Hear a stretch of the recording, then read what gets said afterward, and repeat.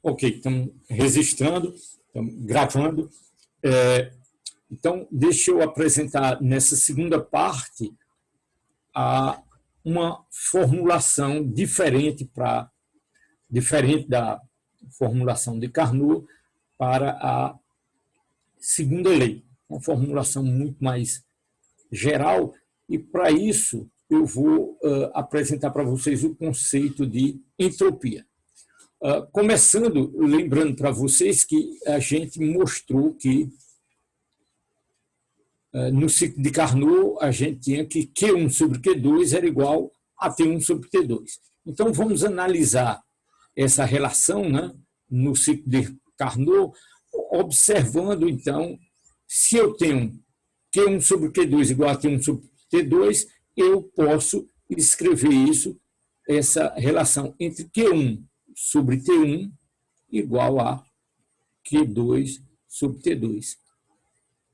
É sugestivo que essa grandeza Q sobre T seja constante nesse ciclo. Então, vamos calcular explicitamente quem é essa grandeza Q sobre T nesse ciclo de Carnot. Saindo do ponto A para o B, eu absorvo Q1 de calor, então está aqui, Q1 sobre T1.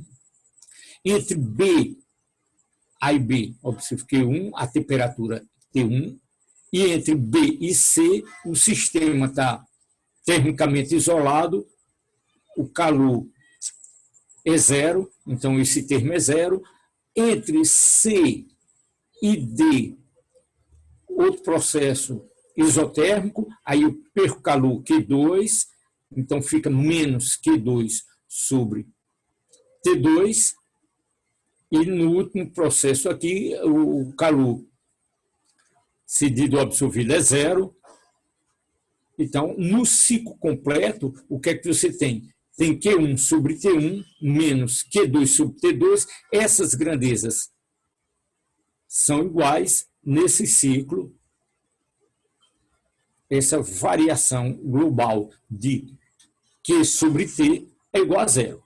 Interessante, isso vale no ciclo de Carnot, mas você pode generalizar e sugerir que em qualquer ciclo, verificar que em qualquer ciclo, as etapas entre qualquer dos pontos que levam de um ponto A de volta para o ponto A, nesse ciclo fechado, ΔQi sobre Ti é igual a zero. Tá certo? Então, cuidado, né? Eu não posso falar de Q de calor para um ponto, né? No ponto A eu tenho um calor Q e uma temperatura. Eu tenho uma temperatura T de A, mas eu não tenho o Q de A.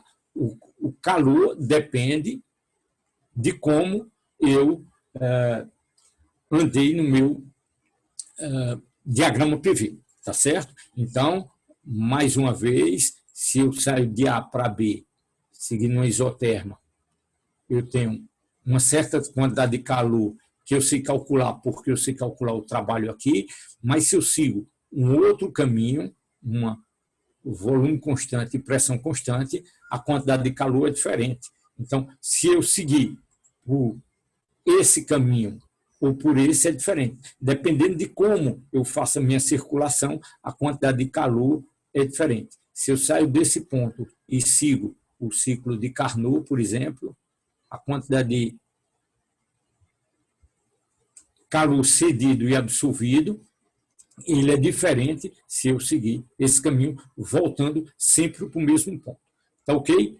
Então, eu posso sair do ponto A, vir para o ponto B, voltar pelo mesmo trajeto, e esse processo é reversível, e a quantidade de calor cedido igual a calor absorvido. Então, ou seja, eu não posso associar, a gente já discutiu isso, não posso associar calor a um ponto, ele depende da quantidade, do caminho que eu faço, a quantidade de calor que eu cedo ou que eu absorvo. Então, eu posso, sim, sempre definir entre dois pontos muito próximos, tá certo? No espaço de fase, uma variação ΔS, que é ΔQ sobre ΔT.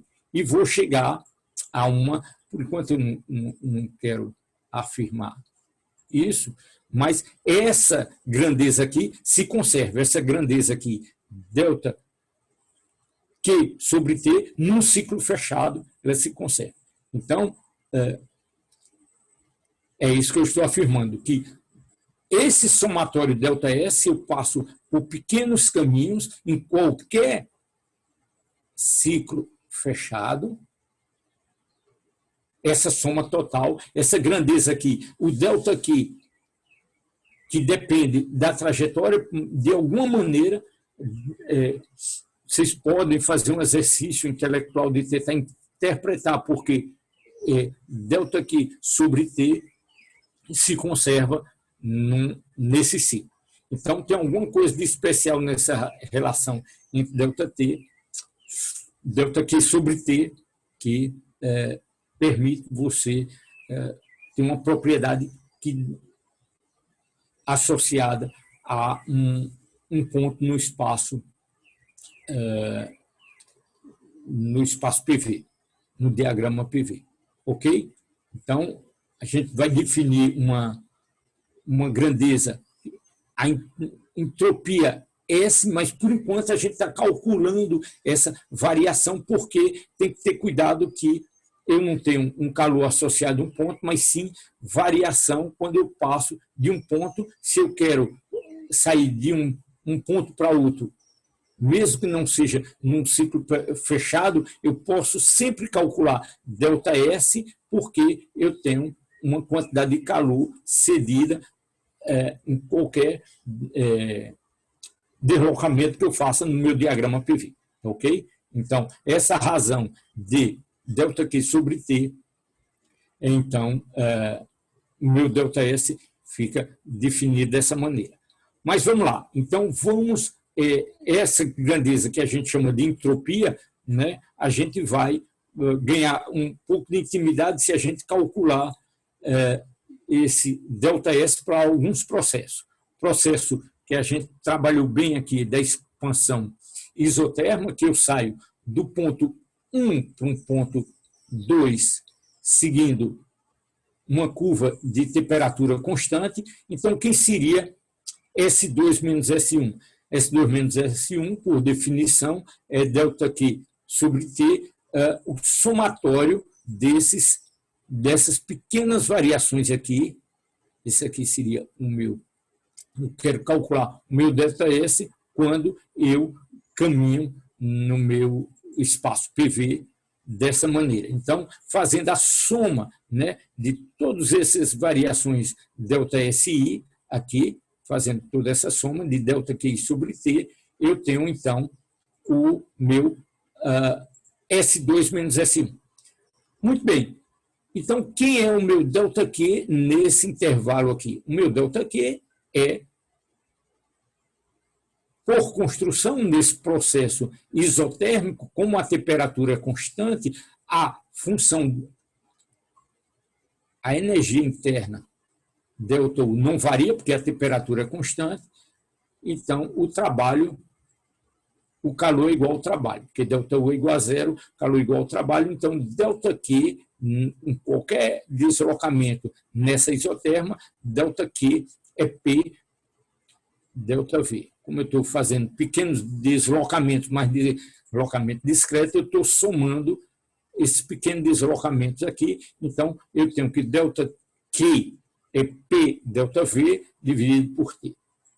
Eu faço a soma dos pequenos intervalos entre 1 e 2 para calcular essa diferença aqui. Muito bem. Lembrando da lei dos gases ideais, PV igual nRT, eu tenho que P é igual a nRT sobre V. nRT sobre V. Ok? Então, isso aqui, quem que é isso aqui? Isso aqui é o meu P.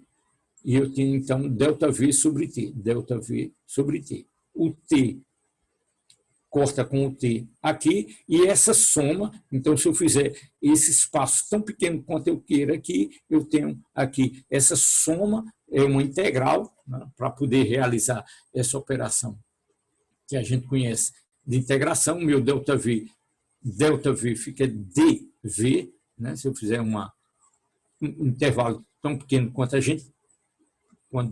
quanto possível, então tem NR sobre V, o T saiu, então fica dV sobre V. NR é uma constante, saiu integral de V1 a V2, então do volume associado ao ponto 1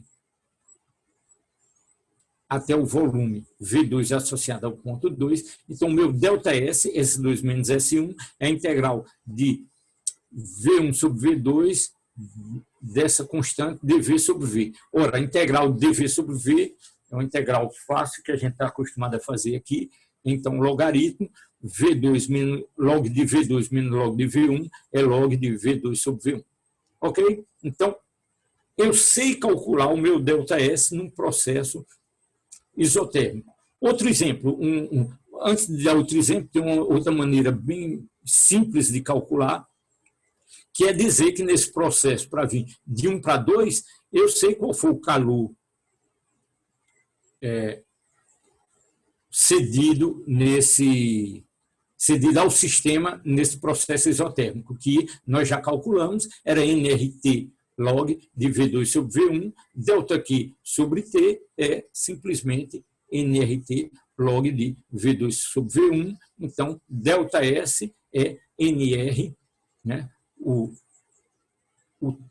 T dança com esse T, então fica NR log de V2 sobre V1, que é o mesmo resultado que a gente obteve aqui. Ok? Então, eu sei calcular a variação da grandeza entropia S num processo isotérmico. Posso calcular também um sistema bem diferente, para não ficar só em entropia, é um conceito completamente geral. Então, posso ter uma substância, um sólido, um líquido, uma outra substância que eu estou passando mudando a temperatura dessa substância de T1 para T2, tá certo? Então, estou mudando a temperatura desse sistema, e eu faço isso, eu quero calcular a variação de entropia para vir desse estado para esse. Ora, quem é ΔS? ΔS é um conceito de equilíbrio, termodinâmica, esse curso, tudo que a gente está falando aqui, termodinâmica de equilíbrio, eu vou passando meu sistema de uma temperatura T1 para T1 mais delta, T1 mais 2 delta, tá certo? Sempre de maneira a que, em cada instante, o sistema esteja em equilíbrio, vou subindo até chegar em T2. Eu posso sempre definir o meu ΔS quando eu faço essa pequena variação de temperatura, ΔT, e esse ΔS é ΔQ, o calor cedido nesse pequeno intervalo dividido pela temperatura. Esse processo é um processo suficientemente pequeno, eu posso definir a temperatura em cada instante. Então, o meu ΔS é essa soma aqui. Evidentemente, a temperatura está mudando, vou variando o valor da temperatura em cada uma dessas etapas, mas globalmente eu tenho então essa soma ΔS, ΔQ sobre T. Ora, nesse processo, se isso aqui for um sólido, qualquer coisa, qualquer sistema que possa ser descrito, um sólido particularmente, possa ser descrito por ΔQ MC ΔT, né? Um líquido a mesma coisa, mas se for um vapor é diferente, então depende de como a pressão está variando, etc. Mas se você define o ΔQ num sólido dessa maneira, essencialmente esse é universal, a gente discutiu isso em aulas passadas, o ΔQ é então proporcional à massa, à variação de temperatura e uma constante, que depende apenas da natureza do seu material. Então, o ΔT é dado por essa expressão bem simples e você, então, tem que calcular quem é o ΔS como sendo ΔQ sobre T, mais, ora, ΔQ é MC dt, se você faz variações muito pequenas e vai fazer essa soma de T1 a T2, variando os passinhos de intervalos muito curtos aqui de dt, tá certo?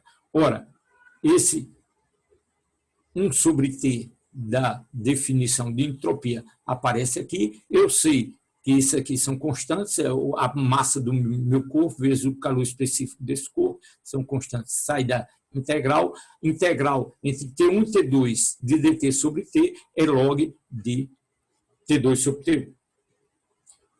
Tranquilo? Então, outro exemplo, outra aplicação com sólido. Vamos voltar aqui para o nosso... um comentário ainda sobre esse sólido. Importante aqui. Se eu saio de uma temperatura fria para quente, então T2 é maior do que 1, T2 é maior do que 1, esse log desse número positivo aqui é um número positivo, esse cara aqui é positivo. Se eu saio de T2 maior para o menor, se T2 é maior do que T1, então log do número menor do que 1, isso aqui é negativo. Tá certo? Então, a variação de entropia ela é positiva ou negativa se eu estiver indo do frio, do quente para o frio, e negativa se eu for do frio para o quente. Muito bem, voltando então aqui, voltando para o nosso gás ideal aqui, tá certo? Eu posso, então, como a gente já discutiu várias vezes, eu posso vir do ponto 1 para o ponto 2, seguindo caminhos diferentes, né? Então, eu posso seguir, por exemplo, esse caminho aqui, passar por um processo, passar por esse ponto 0, de 1 a 2, passando por esse ponto 0, seguindo um processo a volume constante e depois pressão constante. Então, nesse trecho aqui, quem é o meu ΔS? ΔS é CV ΔT, tá ok? Vamos supor aqui que eu tenho N igual, poder multiplicar tudo isso por N, o número de moles N igual a 1, por exemplo, aqui. Então, fica CV dt sobre T de T1 até T0. T1 até T0, tá certo? E nesse processo aqui, esse processo é pressão constante, é CP dt sobre T, esse 1 sobre T aqui vem lá do S.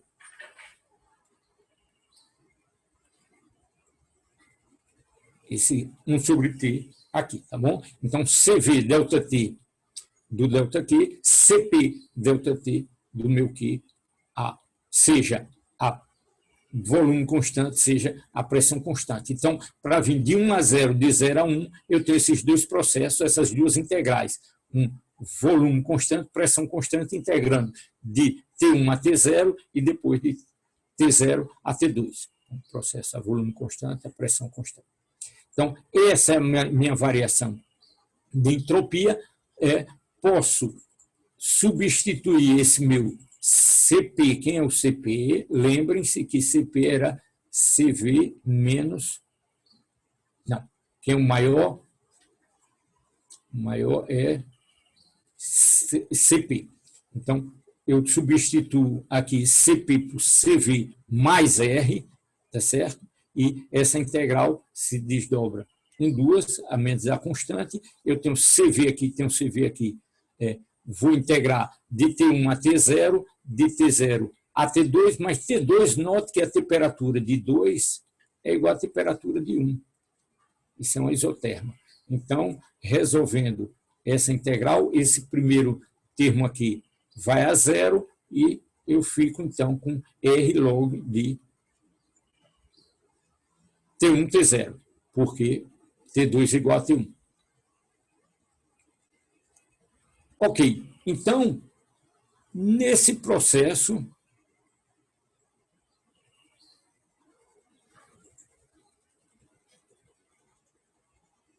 o que eu tenho é que essa variação de entropia é R log de V2, V1, qualquer que seja o caminho, a gente calculou explicitamente por esse outro caminho, mas o importante é que qualquer que seja o caminho que você escolha, eu posso sempre usar um caminho mais simples que eu sei calcular, porque eu sei que no circuito fechado a variação da entropia é zero. Então, o que eu fizer, por exemplo, se eu usar um isoterma em um outro caminho qualquer aqui, eu sei que voltando para esse ponto, ele é zero. Então, esse caminho é igual a menos esse. Ok? Então, ΔS entre o ponto A e B, eu vou calcular usando o caminho mais simples que eu sei usar, porque qualquer que seja o caminho entre 1 e 2, a variação de entropia é a mesma.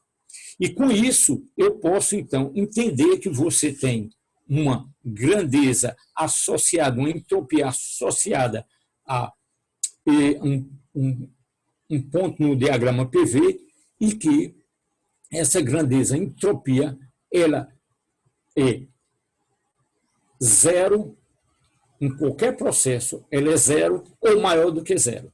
Ou seja, se você pega globalmente a entropia do universo, ela vai ser sempre maior ou igual a zero.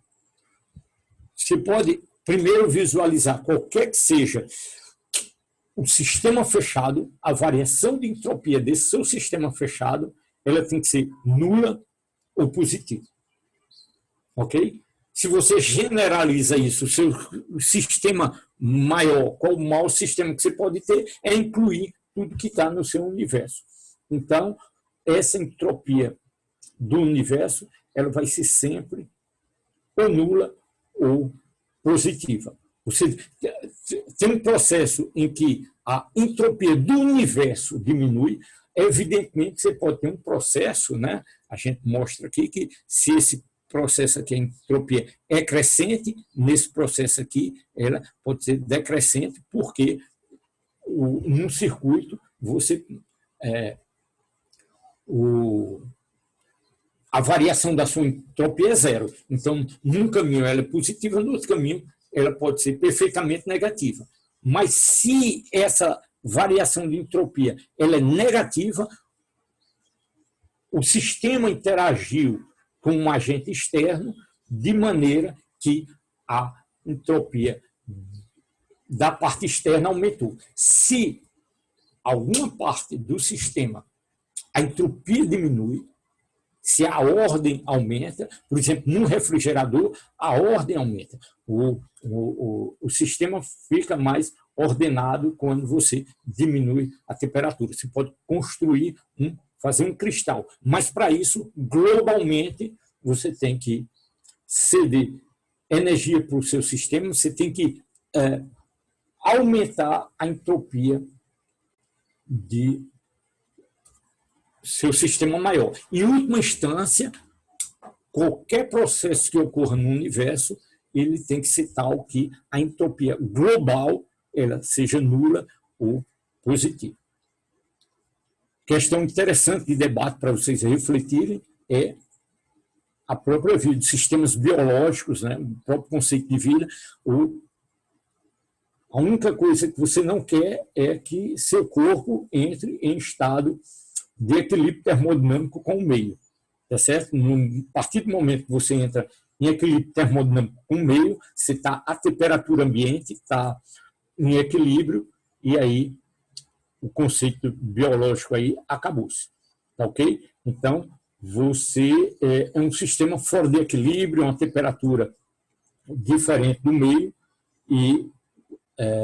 mas isso significa que para você ter esse sistema organizado, você teve, então, que, de alguma maneira, aumentar a entropia do sistema como um todo. Bom, não vamos especular mais sobre isso aqui, vamos sim aplicar essa segunda lei para comparar, por exemplo, o que é importante aqui a gente fez duas formulações para a segunda lei. Uma estritamente termodinâmica, lá, se eu posso dizer nesses termos, lá, a formulação de Carnot, que dizia que era proibido os processos em que você tivesse como último efeito, o único efeito líquido, você transferir calor de uma fonte fria para uma fonte quente. Ora, da observação nossa do dia a dia, do cotidiano, de uma maneira muito trivial, esse processo é permitido. Uma fonte quente transferir calor para uma fonte fria. Então, isso é permitido, essa aqui é proibido, segundo Carnot, tá bom? Se T1 é maior do que T2, esse processo é permitido, esse é proibido. Então, vamos calcular a entropia, a variação de entropia nesses dois processos. Muito simples, quem é a variação da entropia aqui? É o calor cedido, né, nesse processo. Então, o calor que perde a fonte quente e o calor que ganha a fonte fria.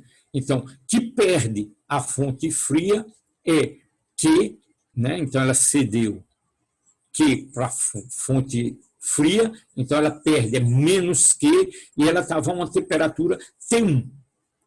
Então, menos Q sobre T1 é a variação da entropia do meu reservatório à temperatura T1. E mais Q, ela ganhou calor Q e estava a temperatura T2. Então,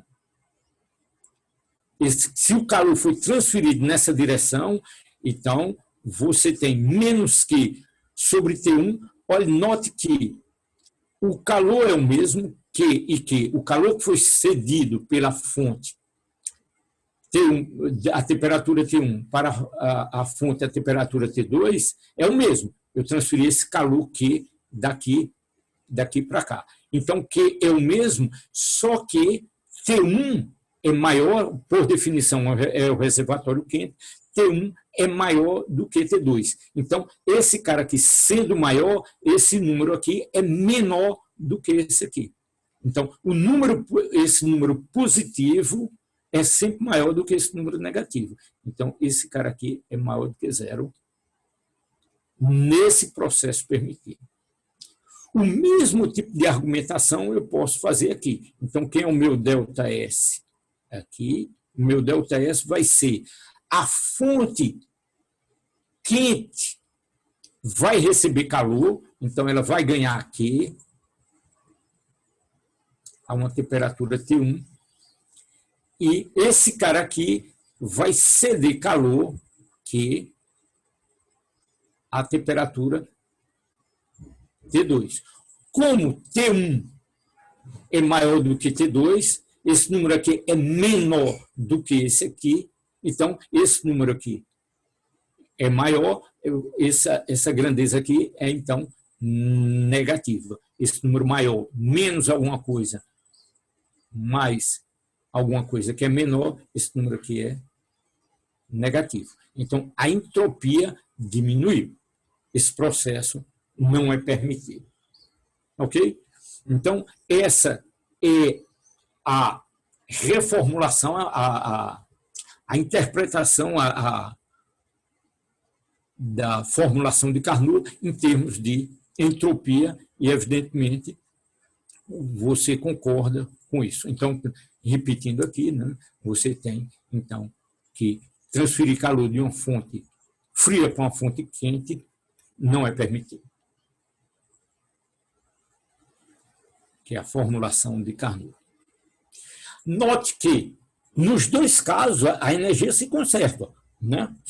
Alguém cedeu calor e alguém ganhou calor. E a quantidade de calor é exatamente a mesma. Então, não tem problema, ficar muito claro essa ideia de que não tem nenhum conflito de conservação de energia nesses dois processos. Um viola a segunda lei da termodinâmica, o outro não. Então, o conceito aqui que está sendo determinante para dizer que um processo ocorre ou não é o conceito de variação da entropia, se essa variação de entropia globalmente aumenta ou mantém a entropia do universo, ou se ele diminui. Se diminui, esse processo não é possível, não ocorre. E por que isso? Qual a interpretação? Por que essa grandeza, entropia, é tão importante? O que significa? Por que isso é tão determinante? Então, o que a gente vai fazer agora é uma discussão sobre esse conceito de entropia numa interpretação um pouquinho mais sofisticada, a interpretação de Boltzmann, mas para isso eu tenho que falar um pouquinho sobre... Antes disso, eu coloquei aqui um outro exemplo, né? Então, deixar aqui para vocês calcularem aí, muito rapidamente aqui, o outro exemplo que vocês podem calcular. Vocês podem, vão fazer a aplicação, calcular a variação de entropia de vários sistemas, mas outro processo que ocorre é se você tiver duas massas, pegue duas massas iguais, MM, né, para simplificar o problema, uma está a temperatura T1, outra está a temperatura T2. Se você junta essas massas, elas vão ficar a uma temperatura T', que se as massas forem iguais, é a média geométrica de T1 mais T2. Ok? Você calcula aqui a variação da entropia, né, que é integral, essa temperatura T2 aqui vai aumentando ligeiramente, essa temperatura T1 vai aumentando ligeiramente a cada instante em equilíbrio. Então, eu posso calcular o calor cedido, MC ΔT, para ir de T1 a T', de T1 até a temperatura de equilíbrio, T2 até a temperatura de equilíbrio, vou calcular a variação de entropia desse cara, a variação de entropia desse cara e do sistema global, a soma dos dois. MC integral de T1 a T', T2 a T' da mesma integral, tá certo? E se eu resolvo isso aqui, dá log de... Vocês substituam aí, obtenham essa expressão MC log de T' ao quadrado, T' vezes T', T2, T1. E esse número aqui tem que ser maior do que 1, evidentemente, porque para que a entropia seja maior do que 1. Para isso, né, assim. Então, quem é T1 mais T2 ao quadrado, para que esse número seja maior do que 1, quem que é? T'. T' é T' ao quadrado. É esse número aqui ao quadrado, que é T1 mais T2 ao quadrado sobre 4. Então, esse número, se esse número tem que ser maior do que 1, esse cara aqui tem que ser maior do que 4, T1, T2. Tá certo? Isso ocorre, né? Se eu passar isso para o outro lado, isso significa dizer que isso aqui é T1, T1 menos T2 ao quadrado. Quem que é? É T1 ao quadrado mais T2 ao quadrado menos 4 T1, T2. Tá certo? Então, a condição é que T1 seja maior do que T2. Ok?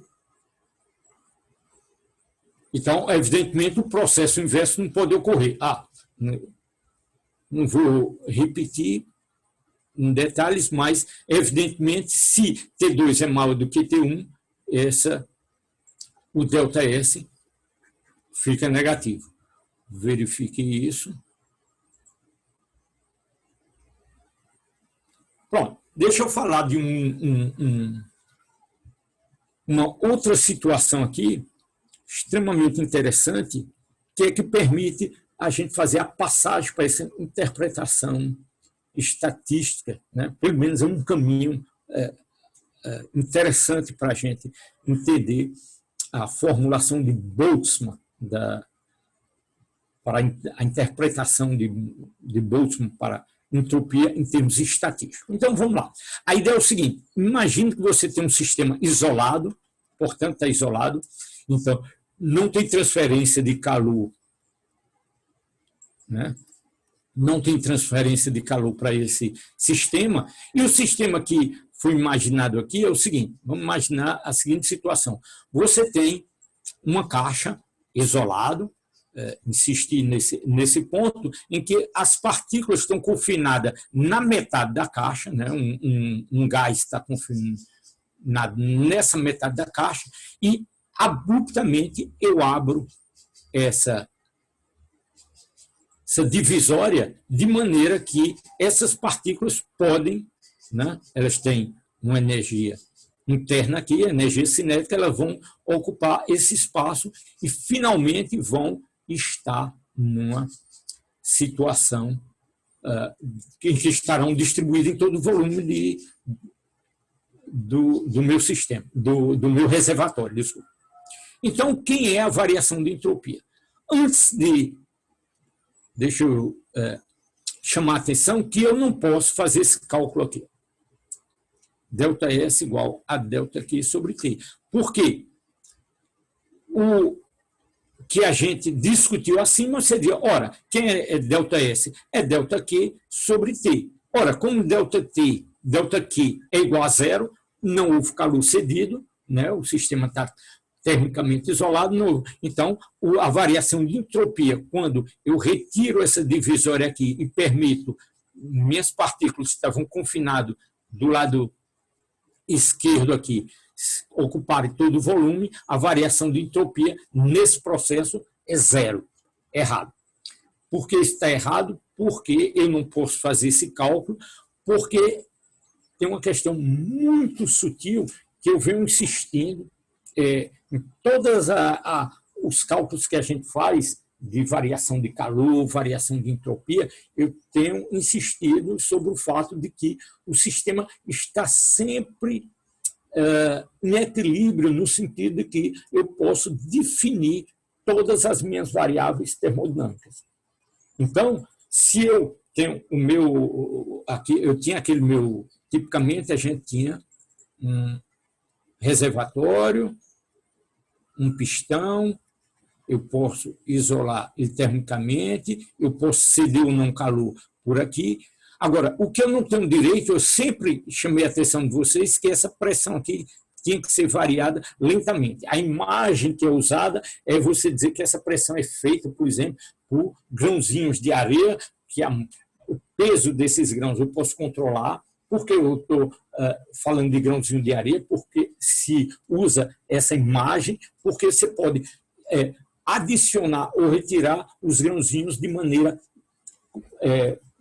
bem suave, de maneira que a pressão que eu exerço é sempre variada de uma maneira não abrupta. Aqui, se eu retiro abruptamente essa tampa, o meu pistão eu abro, o gás vai se expandir de uma maneira completamente desordenada, de maneira que eu não posso definir a pressão. Então, se eu retiro abruptamente, a pressão numa certa região vai ser diferente da outra. Eu não posso definir globalmente pressão nem temperatura. Então, as grandezas termodinâmicas não estão mais definidas e eu não sei descrever essa evolução. Isso é uma termodinâmica fora de equilíbrio que não é tratado pelos conceitos que a gente está tratando aqui. Então, todos os conceitos que eu estou discutindo aqui, eles têm que ser... Eu uso grandezas termodinâmicas de pressão, de densidade. Densidade é uma definição de equilíbrio. A densidade aqui ela tem que ser definida uniformemente em todo o meu volume. É uma grandeza macroscópica bem definida, como temperatura, como pressão. Então, nesse caso aqui, se eu subitamente retiro essa divisória, esse sistema está fora de equilíbrio. Enquanto ele evolui, finalmente ele atinge uma situação de equilíbrio. Mas eu não sei como foi feita essa evolução aqui, então não posso calcular o meu ΔS dessa maneira. Mas eu sei calcular essa variação de entropia, usando um conceito, uma ideia que a gente já discutiu antes. Então, o sistema evoluiu desse ponto inicial aqui, onde eu tinha uma certa pressão e um certo volume bem definido aqui, então esse ponto estava bem definido antes de eu retirar, e depois de um tempo suficientemente grande para que esse sistema esteja novamente em equilíbrio, que eu possa definir pressão, temperatura, densidade, todas as minhas grandezas de termodinâmica, eu tenho um ponto muito bem definido aqui. Agora, entre esse e esse, eu não sei como esse sistema evoluiu. De fato, ele não evoluiu no meu diagrama PV, porque eu não tinha uma pressão a cada instante. A pressão não era a pressão do sistema, tinha várias pressões, ou seja, não vamos discutir conceitos que eu não posso definir macroscopicamente para todo o sistema. Então, essa evolução eu não sei definir essa evolução abrupta, portanto, eu não posso usar isso aqui. Mas sei que a entropia do sistema depende apenas do estado inicial e final. Aí eu posso usar essa ideia para calcular a minha variação de entropia entre esse estado inicial, 1, e o meu estado final, 2. Não sei a evolução, mas eu vou usar uma evolução que eu conheça e daí calcular a variação de entropia. Lembra o que a gente acabou de discutir, que a evolução, eu posso calcular a variação de entropia seguindo qualquer caminho que eu queira entre o ponto 1 e 2. Então, veja só, então, mais um comentário importante aqui. O sistema está isolado, eu não cedi calor, então o Q igual a zero, não cedi calor, porque ele está termicamente isolado, mas note, eu tenho, então, que eu também não fiz trabalho. Na hora que eu retirei isso aqui, esse sistema expandiu no vácuo. Como ele expandiu no vácuo, ele não faz trabalho. Então, a variação vamos lá, lembrando a primeira lei. Quem é a primeira lei? ΔU é igual a Q menos W. O Q aqui, a gente já viu que o Q igual a zero por construção. O sistema está termicamente isolado. Ora, eu não faço trabalho porque não existe pistão, não existe... é uma expansão livre no vácuo. Então, o trabalho feito pelo sistema também é zero. Se o trabalho é zero, a variação da energia interna ela é zero. Então, a temperatura desse sistema inicial aqui é igual à temperatura final. Então, esse é um ponto importante que me permite saber que esses pontos inicial e final estão na mesma temperatura. Se eles estão na mesma temperatura, aí ficou muito fácil. Eu vou agora calcular a variação de entropia. Se eu não sei o que ocorreu entre esse estado inicial e esse estado final, eu sabendo que a temperatura se mantém, eu posso, então, calcular a variação de entropia nessa isoterma e sei que desse estado para esse, não interessa o que ocorreu, eu sei que a variação de entropia é, então, igual à variação de entropia que ocorre numa isoterma. Tá ok? Então, essa variação de entropia entre S2 e S1 é dado, nós calculamos anteriormente, NR logaritmo de V2 menos V1.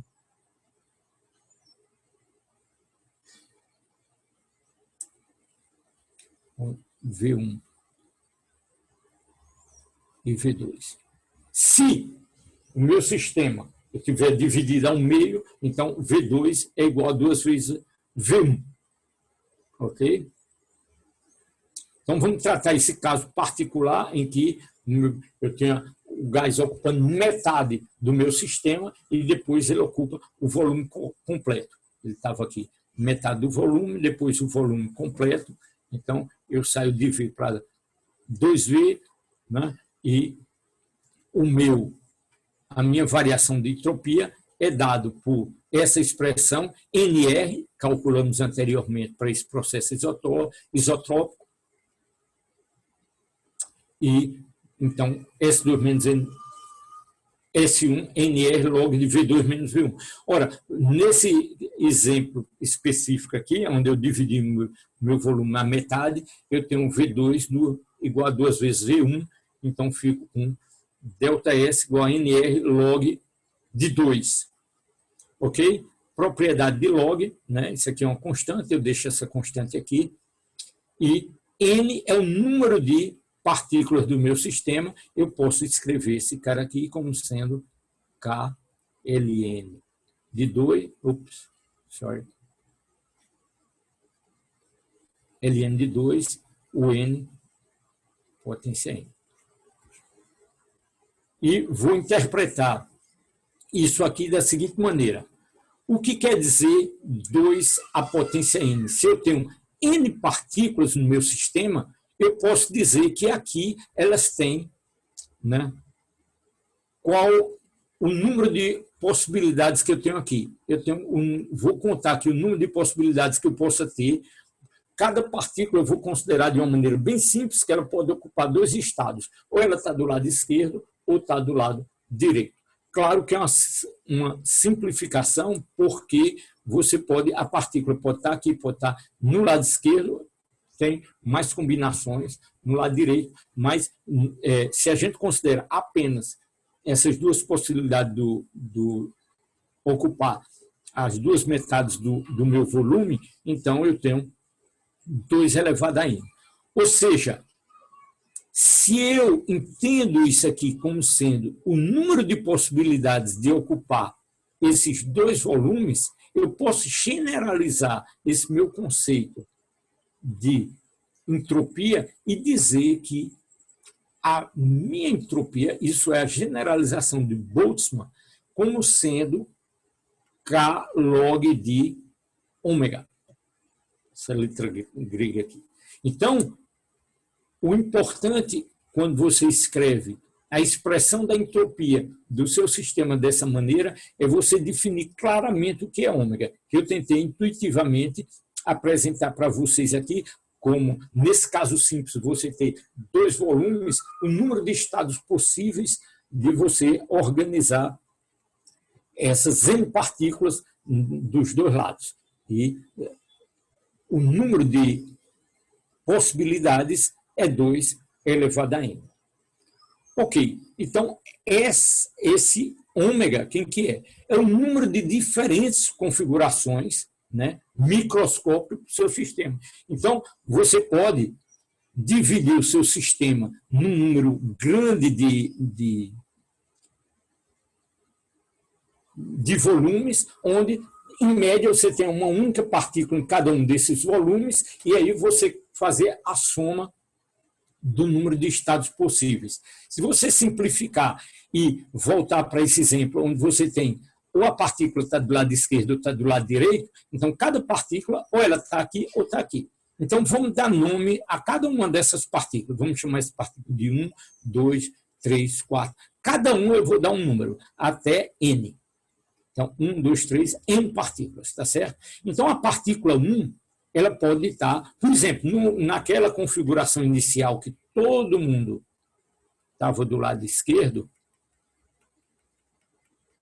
no instante, no pequeno instante, no instante imediatamente após eu ter retirado abruptamente minha divisória, então todas as partículas estavam do lado esquerdo. Então, 1 estava do lado esquerdo, 2 esquerdo, 3 esquerdo, e assim por diante. Essa era a configuração, é uma configuração possível, que era a configuração inicial. Mas quais são as configurações possíveis? Então, se você quiser descrever todas as configurações possíveis, você vai dizer, ora, as configurações possíveis para esse meu sistema em equilíbrio é todo mundo do lado esquerdo, é uma possibilidade. Por que não? Fisicamente é possível você botar todo mundo do lado esquerdo. Outra é todo mundo do lado esquerdo menos a primeira. todo mundo do lado esquerdo menos a segunda, todo mundo do lado esquerdo menos a terceira. E assim por diante, até N partículas, todo mundo do lado esquerdo e uma direita. Depois, todo mundo do lado esquerdo menos as duas primeiras do lado direito. E assim por diante, você vai botando, e aí você vai ver quantas configurações vocês têm para essas possibilidades, e isso é o problema de combinatória, para saber quantas possibilidades você tem, é o equivalente, né? Você lançar N moedas, cara ou coroa. Você tem cara ou coroa. Ou ele está do lado direito, ou está do lado esquerdo, ou do cara ou coroa. Ou seja, se você joga uma moeda para cima, qual a chance dela de dar cara?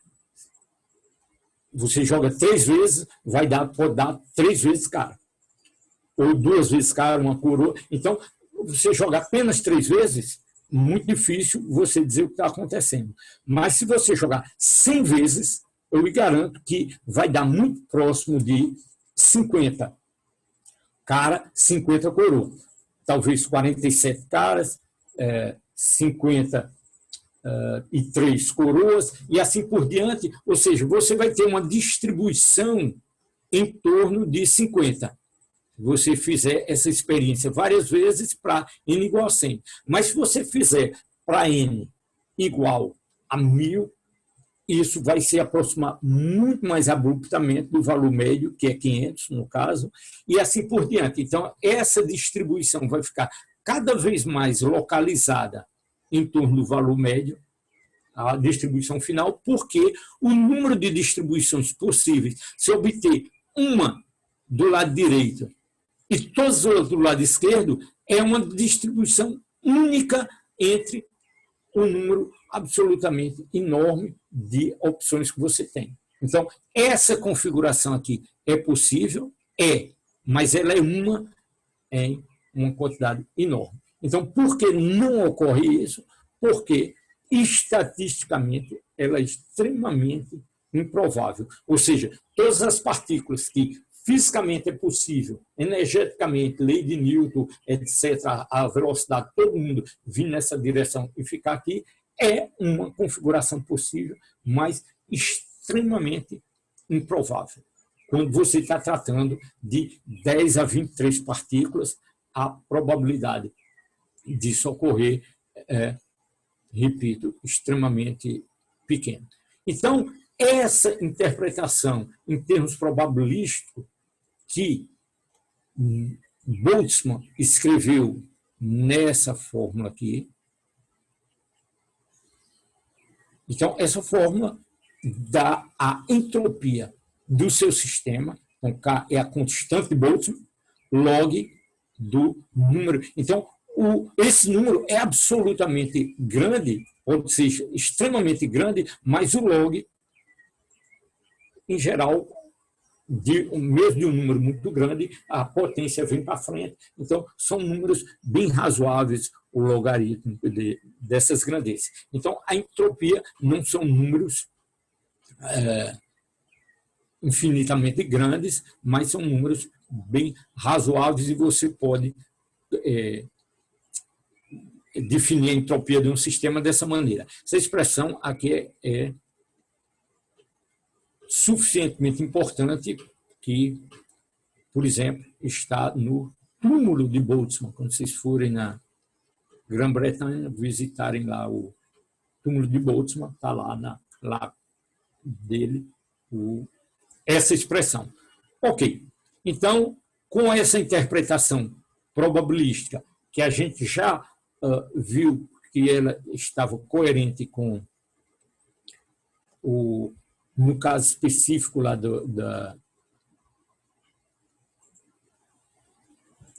da formulação de Carnot, mostramos que ela é coerente, então você generaliza, e essa regra, essa lei que define o que pode e o que não pode ocorrer no universo. Se delta S do universo for maior ou igual a zero, esse processo ele é possível, ele é permitido. Se delta S globalmente diminui a entropia do universo, esse processo não ocorre e não é permitido, ainda que energeticamente ele esteja coerente com as leis de Newton. Então, insistindo nessa discussão de que isso não significa que todo processo aumenta a entropia. O que diz a segunda lei de Newton é que, de uma maneira bem exagerada, é que a variação, ΔS, de todo o universo